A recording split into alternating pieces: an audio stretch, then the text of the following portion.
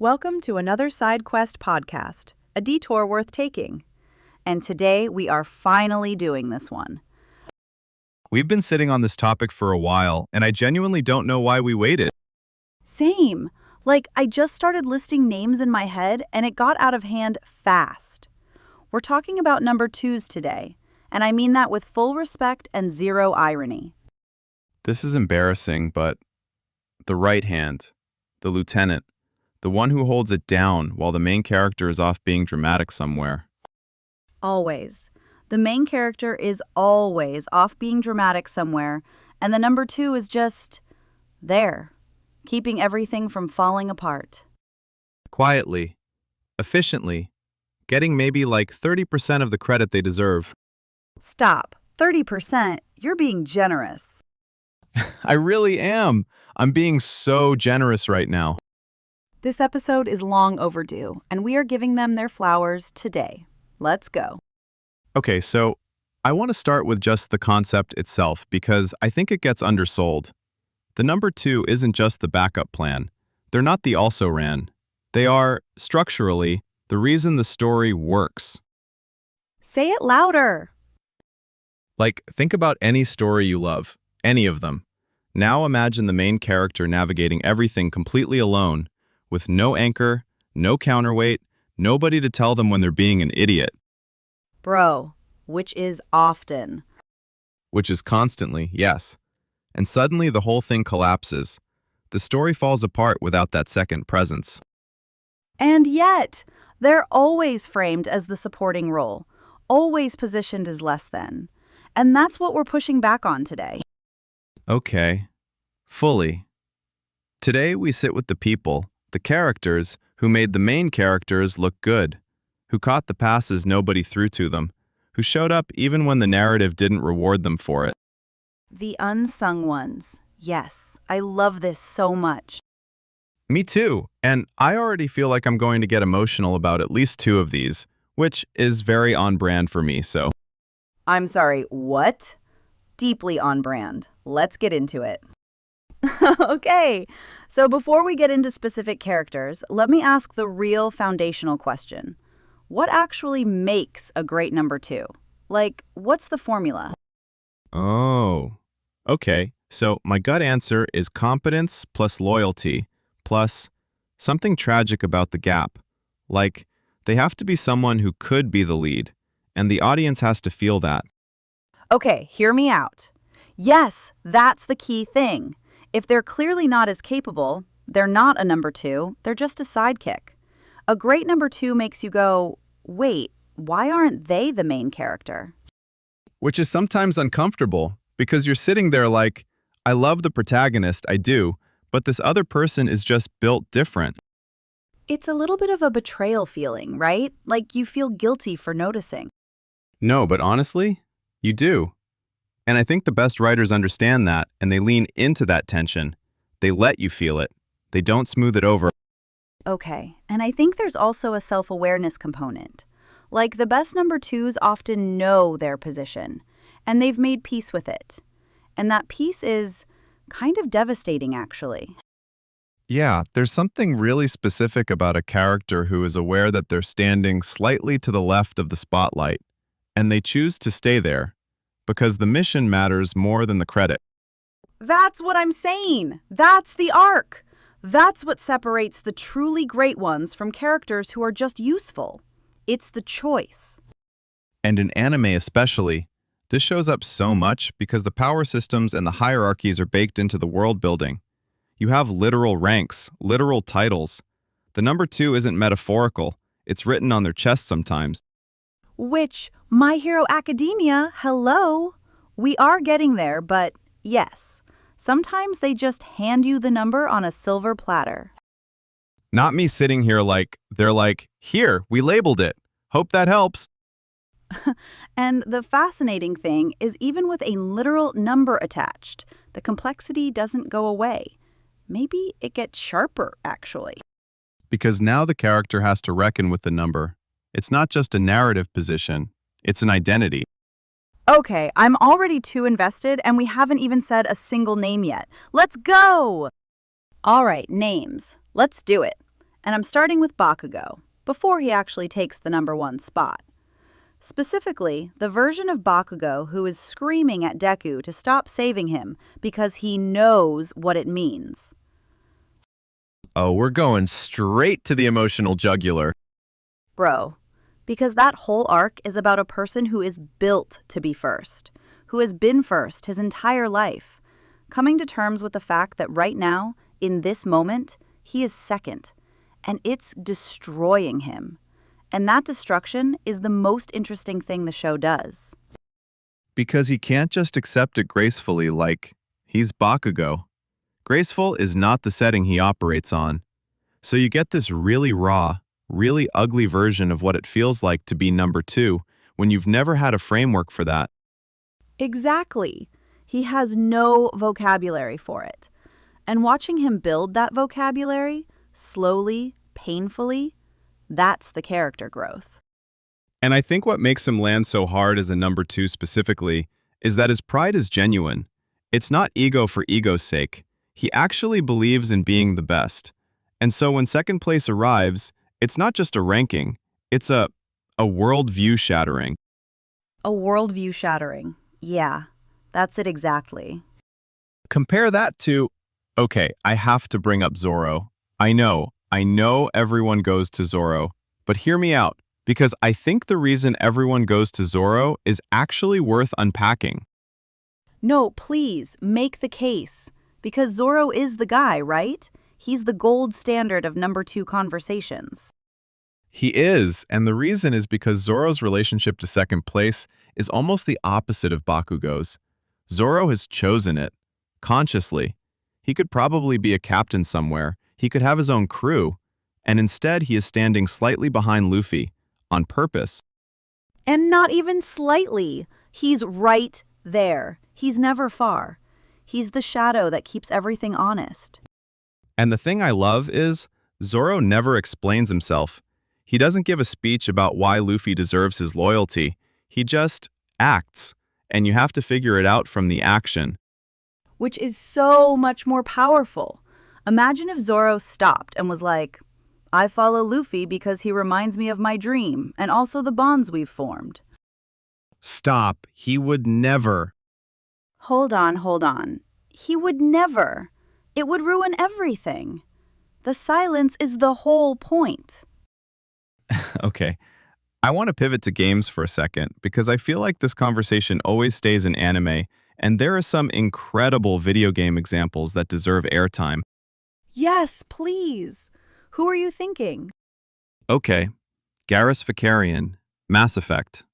Full stop. Garrus. Yes.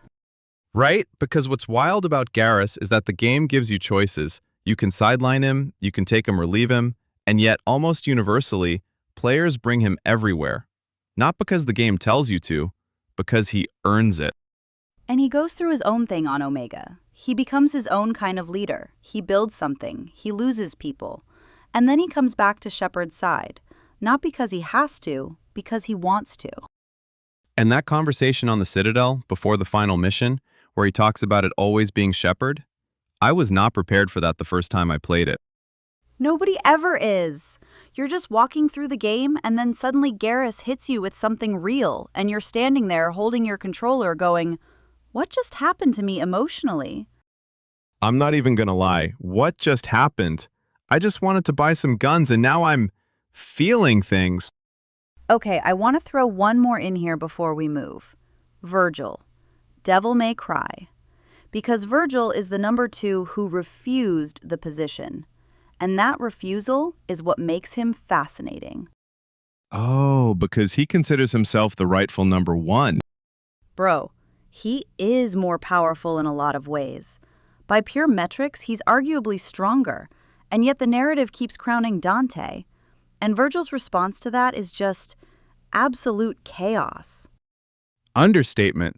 The man splits himself in half trying to escape the implications of being second.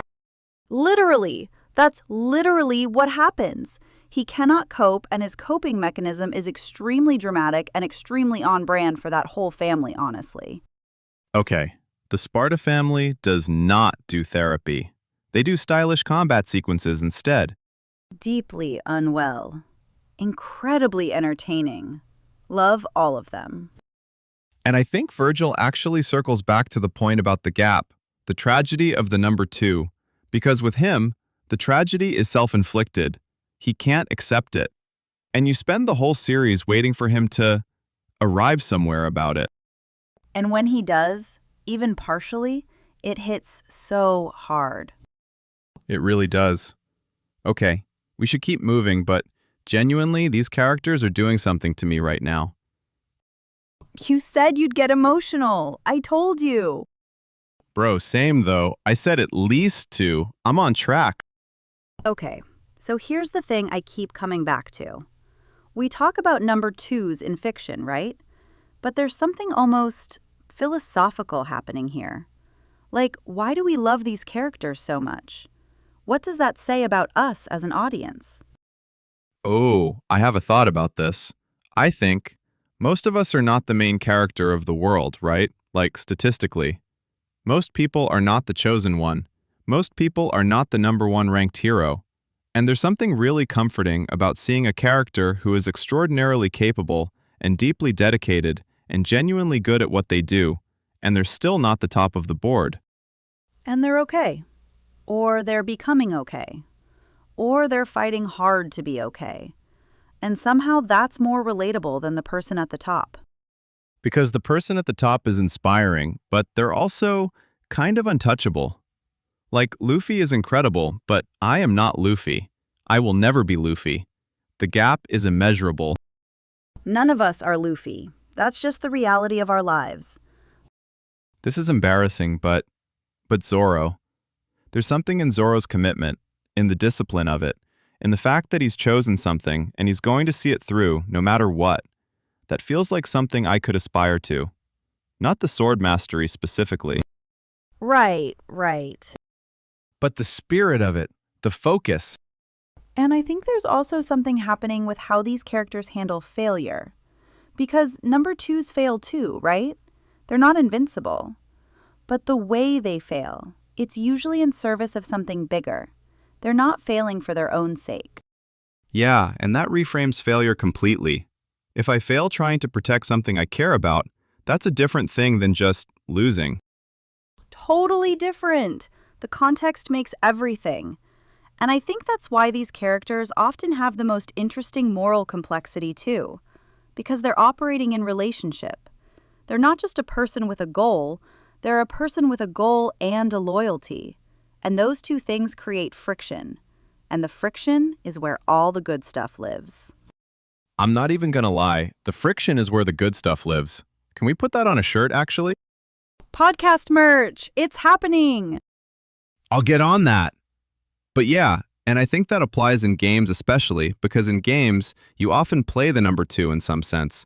Like, the game gives you the narrative of the main character, but as a player, you're in a support role relative to the story.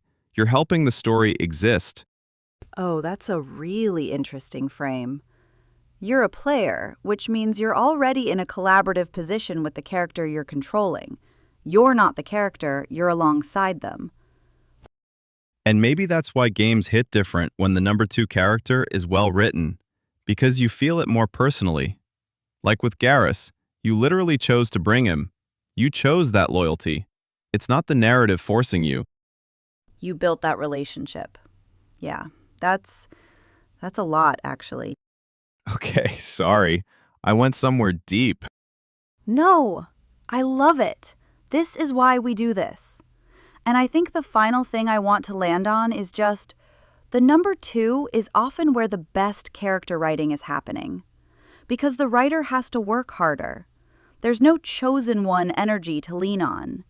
You have to earn every bit of that character's significance. And the audience feels that effort. They feel it and they respond to it, which is why we're always talking about these characters. We love them because someone loved them enough to build them right. Yeah, exactly that. Okay, AJ, hit us with the recommendation before we wrap. Okay, so my recommendation this week is Bungo Stray Dogs. And if you've been sleeping on this one, I really need you to wake up. It follows a detective agency where every member has a supernatural ability named after a real-world literary figure. So you've got characters based on Osamu Dazai, Akutagawa, Fitzgerald, and what makes it brilliant is that the entire show is built around the number two concept. Almost nobody is simply what they appear to be. Every character is operating in someone else's shadow or dragging someone else into the light. And the way those dynamics layer on top of each other is just genuinely addictive. I'm giving it a 4.5 out of 5 stars. It stumbles slightly in its mid-run pacing, but the character writing is some of the best I've seen in a long time. And Dazai specifically might be the greatest number two ever written into existence. So go watch it. Strong endorsement. Noted. Okay, that's our episode, people.